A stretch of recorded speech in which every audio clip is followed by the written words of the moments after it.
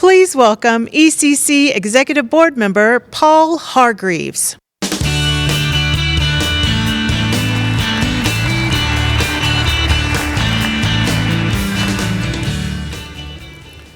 So it's my pleasure to introduce our next speaker, Lamberto Nonno.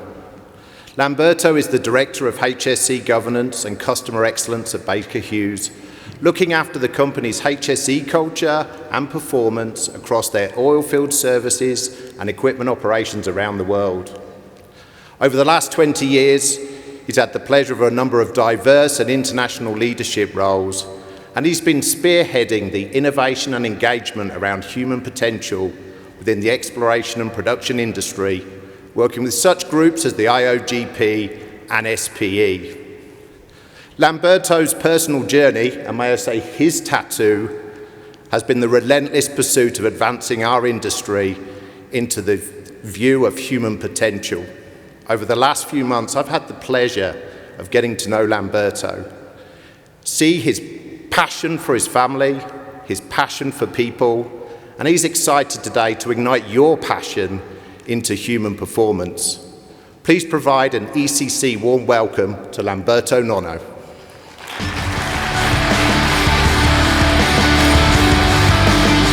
Thanks, Paul. Much appreciated. Okay, I don't want to raise too many concerns in this room, but it came to my attention that the person on your left does not always follow the rules.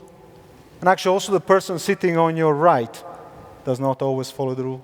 And me too. I think that we all, before or later, we've forgotten a rule, or we got it wrong, or maybe we thought it was wrong in first place. That's why we didn't follow. Quite concerning, isn't it? But if we can approach this 20 minutes in front of us with curiosity, I think we can look together at 5 principles that will change our perspective on this. Now, to stimulate your curiosity, I have here a riddle. You can't see yet. You will see in a second. I want to make sure that I'll give you a few seconds. Don't Google it. Think about yourself. Don't share it with the table. Don't spoil it. Keep it for yourself. Then we'll show the solution, and I will just ask you to raise the hand. So it's very simple. Just a few seconds to think about it. If you were to write down all the numbers from 0 to 75 inclusive, how many times would you write the number 5? Very simple. You don't need the degree of mathematics. You can use your finger if you want. It just goes under the table so you don't spoil it. Very, very simple. Think about it. I can feel already your neurons. Keep down, keep down. I'll come in a second. When I show the solution, don't say anything. If you got the solution, you raise the hand. Or I will come to you. If you don't raise the hand, then I'll ask you. So, no problem. Okay? Can I show the solution? Have you got? Are you ready? Okay. So, don't say anything. Just raise your hand if you got 9 times. Okay? Keep your hand raised. Keep your hand raised. Okay? Let me ask, anyone got between 7 and 8? Keep your hand raised as well. Okay? Keep your hand raised, please. Let me see, anyone between 1 and 6? Is still okay? Okay? So we got probably a 50% of the people raise their hand. So this make me think on something else. Before I get to the others, let me say, sometimes I feel that being wrong, till you know you are wrong, you feel exactly like being right. Let me ask, who didn't raise the hand? How much you got? 1? Okay. Anyone more than 9? 15? I heard 15? 17?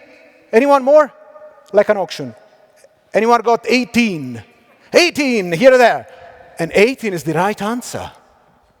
Yeah, because you probably forgot the 50, 51, 52, 53, and all the others, right? But this is the exact point I want to make today. Humans are exceptional problem solvers. You know, our brain can simplify complex problems and resolve them, but does not always get it right. Do you know anyone else that does not always get it right? And I'm not thinking about your husband and your wives, by the way. I'm thinking to the people that you have today in the front line. working for you? Isn't this your expectation? 100% of the time, 100% operation, 100% of people, task and step will be right every day? Isn't this the expectation you have every day with your people? If that, raise your hand. So nobody is raising hand. Maybe I have some timid there. One. But this makes me comfortable to show you the first principle of human and organizational performance. That is, error is normal. And it doesn't mean error, who cares? It means that rather than perfection, we need to expect imperfection. People are not perfect. Is anyone perfect here, by the way? And I know you're thinking, yeah, fair enough, but if people will follow the rule, we'll not have that problem, right? And we should use carrot and stick to make sure that they follow the rule. Yeah, I think it's blame and shame actually works. It's straightforward. And I think it's, if you think you have someone that mess up at work, you just fire him, and he cannot do anything wrong anymore. It works, right? And all those that remain, of course, when they will mess up, they will make sure that you will never know. Is that what you want? Because actually, the second principle of human organizational performance is blame, fix nothing. Blame, fix nothing. And I know, of course, we want people to pay attention. We want people to do always the right thing. But it's kind of a shame that we are there judging their behavior after we know what's going to happen, right? And instead, we should make a deliberate effort understanding what is the underlying issue in our organization that is influencing their behavior.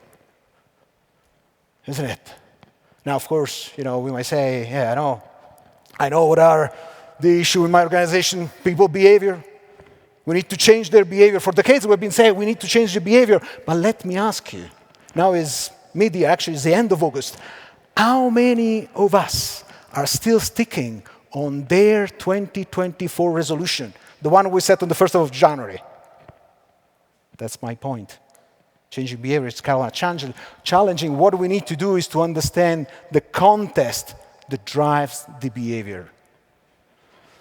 And I know there was those timid hand that was coming up before when I showed the 100% perfection. They might say, oh, I like the principle, but I don't have this problem because my guys actually are delivering perfection, right?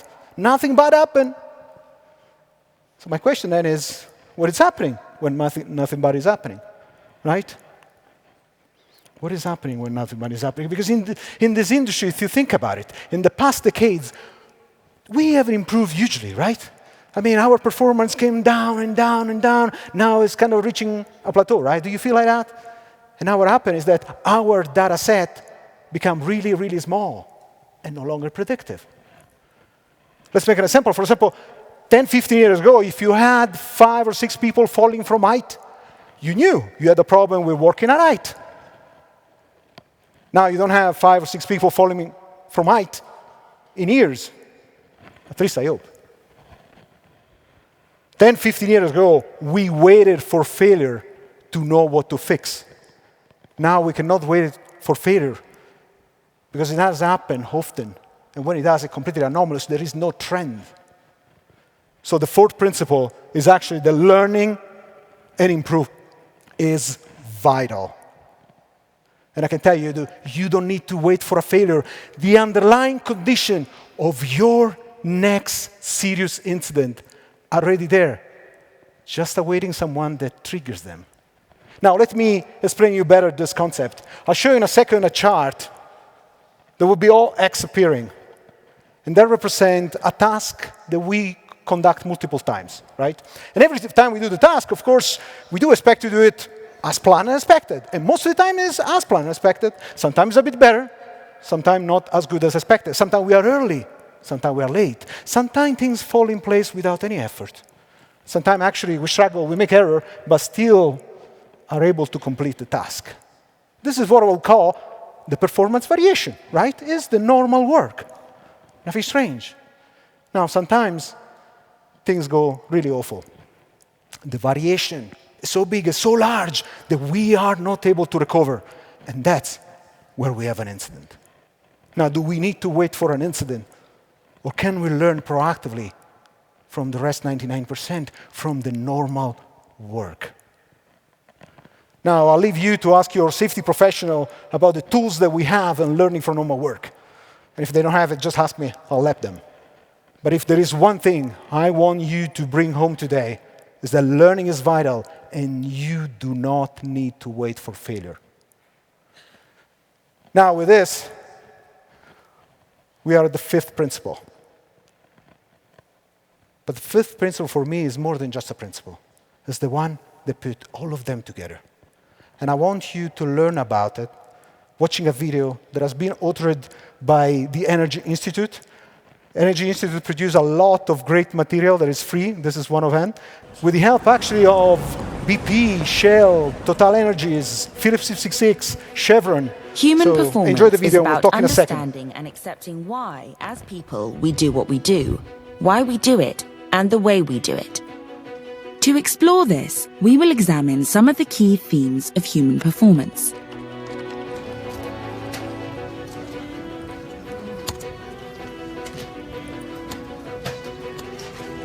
No. What's wrong? I've deleted the report. Really? Yep, I think so. Okay, well there must be a way to fix this. Once we accept that we all make mistakes, then we need to ensure we have created an environment that allows our people to make mistakes safely. We call this an error-tolerant system. There. The system keeps regular backups. Great. Thank you. Humans are great at handling operational challenges and solving complex problems. But we are not good with boredom, repetition, or distraction. Yeah, courier.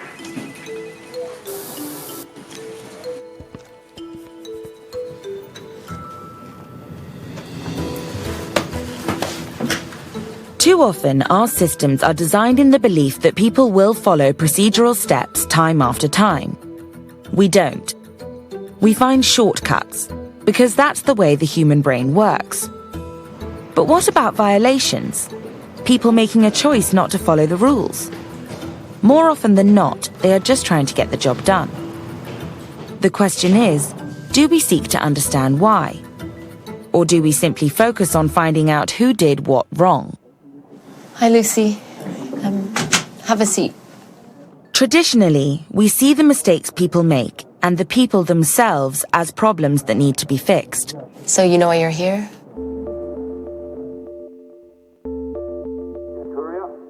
We investigate incidents to discover who made the mistake.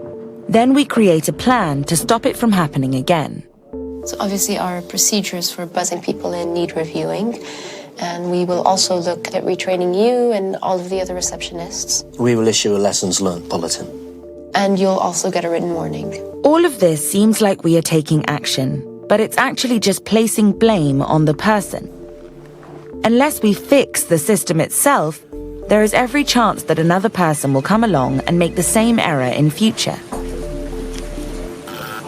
Hurry up. We need to look deeply into what causes incidents, rather than who. One Alvaro? Yeah. Oh, brilliant, thank you. Just get you to sign for it. Yeah, oh, yes. Right. Okay, thank you very much. We've had too many accidents, and we nearly got someone killed recently.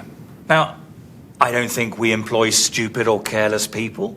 As leaders, we set the organizational context for our people. We will redesign our systems to make it easier for people to do the job safely. We will welcome their insight and input to make sure that the processes and systems we create fit with the reality of the tasks we're asking them to do. We will create error-tolerant systems. Let's not make our people the last line of defense. Wouldn't it just be easier to fire whoever made the mistake? Yes, it would. So what's the problem? The best way to understand the context for your people is to properly engage with them. Right, think we know what we're doing? Thank you very much, people. Let's get to it. Hello, I'm Gavin. You're Tom, the head engineer? Yes. Right, now apparently you're the man I need to speak to if I want to know what we can improve in this building. Where do I start? With what makes your job hardest? How about this procedure? Learning is vital. When things go wrong, we must decide if we want to blame and punish or learn and improve. We can't do both. Apart from the aircon, what other opportunities do you see to make the building systems work better? We could monitor room usage and save a lot of energy if we... Spending time with your teams or crews is vital. It highlights the difference between the reality of the way the work is actually being done versus work as imagined in head office. Hi, Gavin. We got the accident report. Oh, right.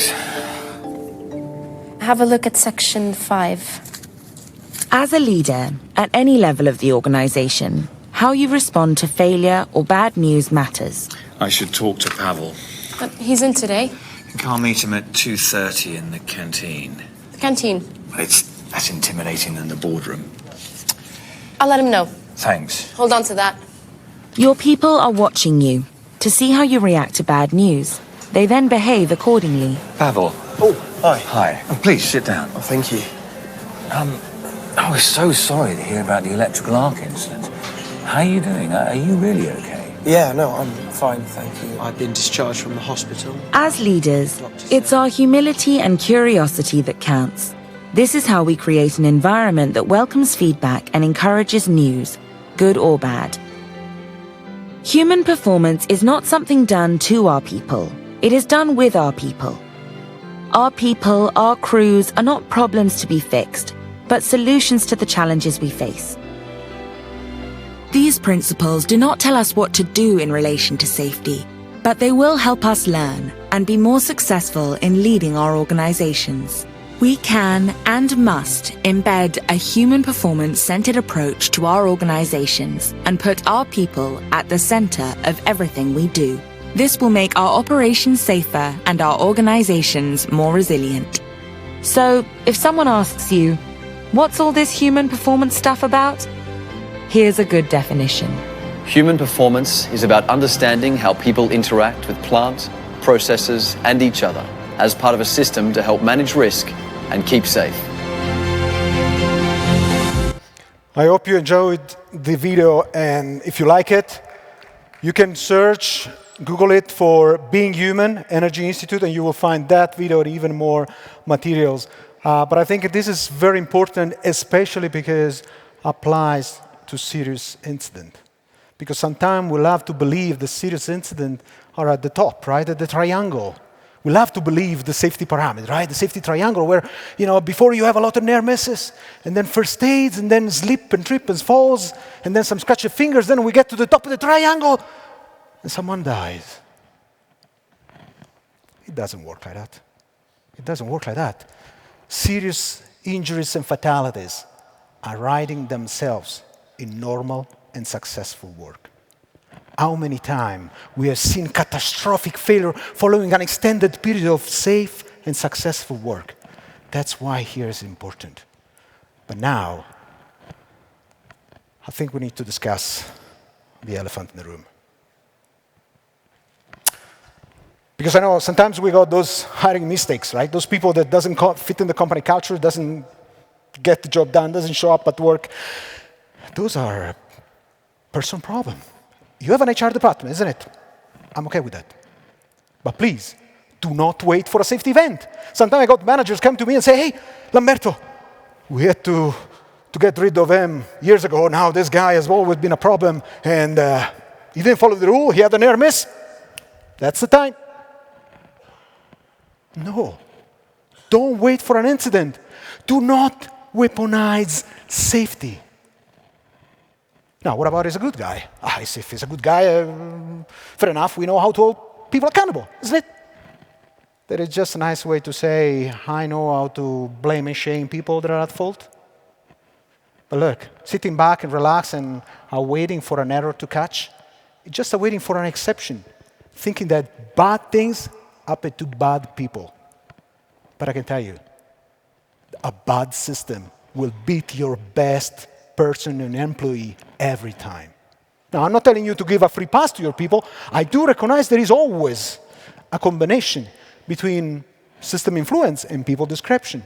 But while who made the error is always clear, we need to make a deliberate effort to understand how the system is failing our people.